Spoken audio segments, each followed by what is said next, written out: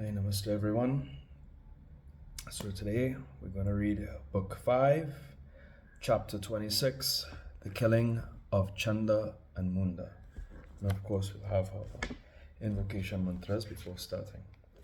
Om Vakratunda Mahakaya Koti Surya Samaprabha Nirvigaram Kunumideva Sarvakaya Susharvada Om Ekadantaya Vidmi Om Vakratundaya Dimi Tanudanti Prashodayat Hari Om Ya Devi Sarvabhuteshu Vidyarapinna Sanshita Namastasya Namastasya Namastasya Namo Nama Om Hamsa Hamse Vidmi Paramahamse Dimitro Hamsa Prashodayat Om Guru Brahma Guru Vishnu Guru Deva Maheshwara Guru Sakshat Param Brahma Tasmai Shri Gurave Namah.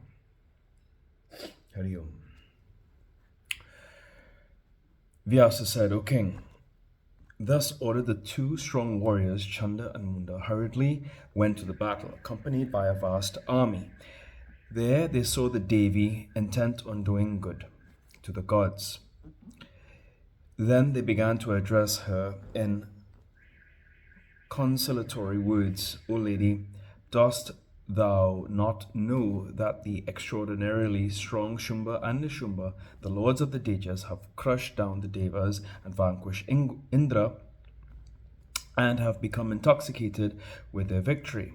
O fair one, thou art alone. Only Kalika and thy lion are with thee.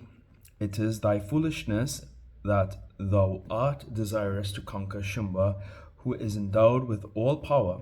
I think there is no adviser to thee, man nor woman. The Devas have sent thee here simply for thy destruction. Think, O delicate one, over the powers of thine as well as those of thy enemy. Vainly dost thou boast of thy having 18 hands. Before the great warrior Shumba, the conqueror of the Devas, many hands and many weapons will be useless. They will prove mere burdens. So dost thou fulfill what reigns in the heart of Shumba, the destroyer of the legs and the uprooter of the teeth of Airavata elephant. Vain is thy boast. O beloved, follow my sweet words. They will do good to thee, O large-eyed one. They will destroy thy pains and give thee bliss. Those actions that lead to pain are to be avoided by the wise, and those that bring in happiness are to be served by the Pandits versed in the Sastras. O sweet-speaking one, thou art clever. Look at the great strength of Shumba with thy eyes. He has enhanced his glory by crushing down the Devas, and if thou thinkest the gods superior, that is false, for the wise men do not rely on the mere guess. Full of doubts, they believe what they actually see. Shumba, hard to be conquered in battles, is the great enemy of the gods. They have been crushed down by him, and have therefore sent thee here. O sweet smiling one, thou hast been deceived by their sweet words. They, prompted by their selfish ends, have sent thee here simply to give thee trouble. The friends that come with certain business and selfish ends are to be rejected. Friends out of religious motives are only to be sought for refuge. Really, I tell thee that the gods are terribly selfish. Therefore dost thou serve Shumba, the conqueror of Indra and the lord of the three worlds. He is a hero, beautiful, lovely, cunning, and thoroughly expert in the science of amorous love. Thou wilt get the prosperity of all the worlds by the mere command of Shumba. Therefore make a firm resolve and serve that splendid husband Shumba. Vyasa said, O king, the universal mother, hearing the words of Chanda, spoke with a voice deep as thunder. O boar, why do you use false, deceitful words? Fly away just now. Why shall I make Shumba my husband, disregarding Hari, Hara, and other devas? O you, a veritable fool. I have no necessity for my lord. I have not gotten to do with my Lord. I myself am the Lord of all beings, and I preserve this whole universe with all the lords and beings therein. Note this. In ancient times, I saw thousands and thousands of Shumba and Nishumba, and I slew them all. I sent hundreds and hundreds of Daityas and demons to the realm of death. Before me, the host of Devas were destroyed in yugas after yugas. Today, the Daityas again will go unto destruction. The time has come to destroy the Daityas. Why then are you struggling in vain with your followers for your lives? Fight now and keep the dharma of the warriors. Death is inevitable. Thinking thus, the high-souled one should keep their name, fame, and respect. What business have you to do with Shumba and Nishumba? Follow the warrior's dharma and go to heaven, the abode of the gods. Shumba, Nishumba, and your other friends and followers, all will follow you and will come here, no doubt. O stupid one, I will put an end to all the Danavas today. Therefore, cast aside your weakness and go on. Fight. I will slay you and your brother just now. Next, I will kill the proud Raktavija, Nishumba and other Danavas in the battlefield, and will then go to my desired place. Now remain here if you like, or fly away quickly. You have been fed in vain because you fear to fight. What use is there now in using sweet words like a weak and distressed man? Well, take up your arms now and fight. Vyasa said, O king, Chanda and Munda, elated with pride, got excited at the Devi's words and became angry and made a violent noise with their bowstrings. The Devi too blew her conch shell so loudly that the 10 quarters of the sky reverberated. In the meanwhile, the powerful lion became very angry and roared loudly. Hearing that sound, Indra and other devas, the Munis, Yakshas, Siddhas, and Kinnaras became all very glad. A dreadful fight then ensued between Chandika and Chanda with arrows, axes, and other weapons, causing terror to the weak. Then Chandika Devi became very wrathful and cut off to pieces all the arrows shot by Chanda, and then hurled arrows, serpent-like, on them. Then the sky over the battleground seemed to be overcast with arrows, just as the clouds get covered over with locusts, dreadful to the cultivators. In the meanwhile, Munda, exceedingly terrible, came up to the fight, taking with him his army, and becoming impatient with anger, began to shoot arrows. Seeing that multitude of arrows, Ambika got very angry.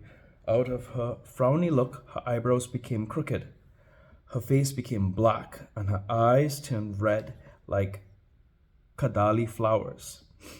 At this time, suddenly came out of her forehead Kali, wearing the tiger skin, cruel, covering her body with elephant skin, wearing a garland of skulls, terrible, with a belly like a well dried up, mouth wide open, with a wide waist, lip hanging loosely, with axe, noose, Shiva's weapon in her hands. She looked very terrible, like the night of dissolution. She began to lick frequently and forcibly, dashed into the Danava army, and began to destroy it. She angrily began to take the powerful Danavas by her arms and pouring them into her mouth, crushed them with her teeth. Taking the elephants with her bells by her own power in her hands, she put them all into her mouth and swallowed them all with their riders and began to laugh hoarsely.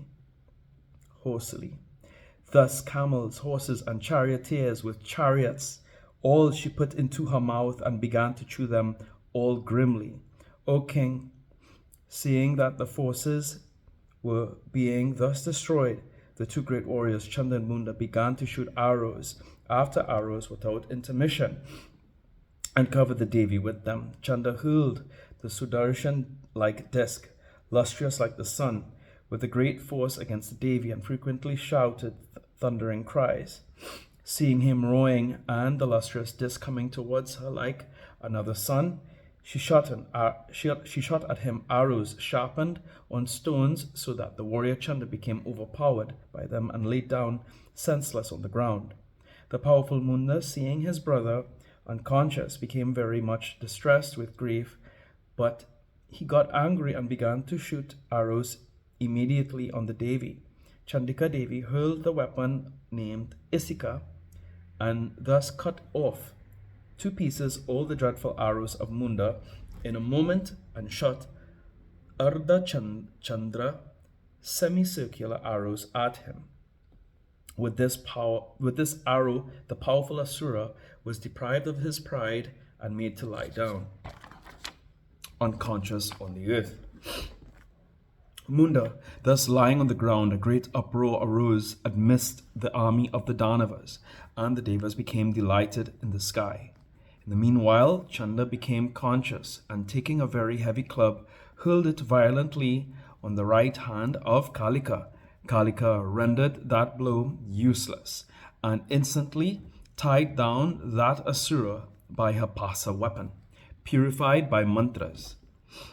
Munda again rose up, and seeing his brother in that fastened condition, came to the front well armored with an exceedingly strong weapon called Sakti. Seeing the Asura coming, she instantly fastened him down like his brother. Taking the powerful Chanda and Munda like hares and laughing wildly. Kali went to Ambika and said, I have bought the two beasts very auspicious as offerings in the sacrificial war.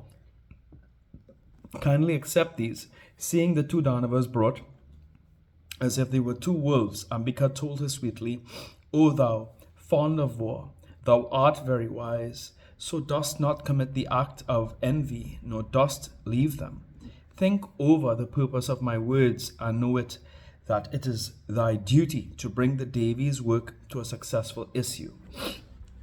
Vyasa said, O king, hearing thus the words of Ambika, Kalika spoke to her again.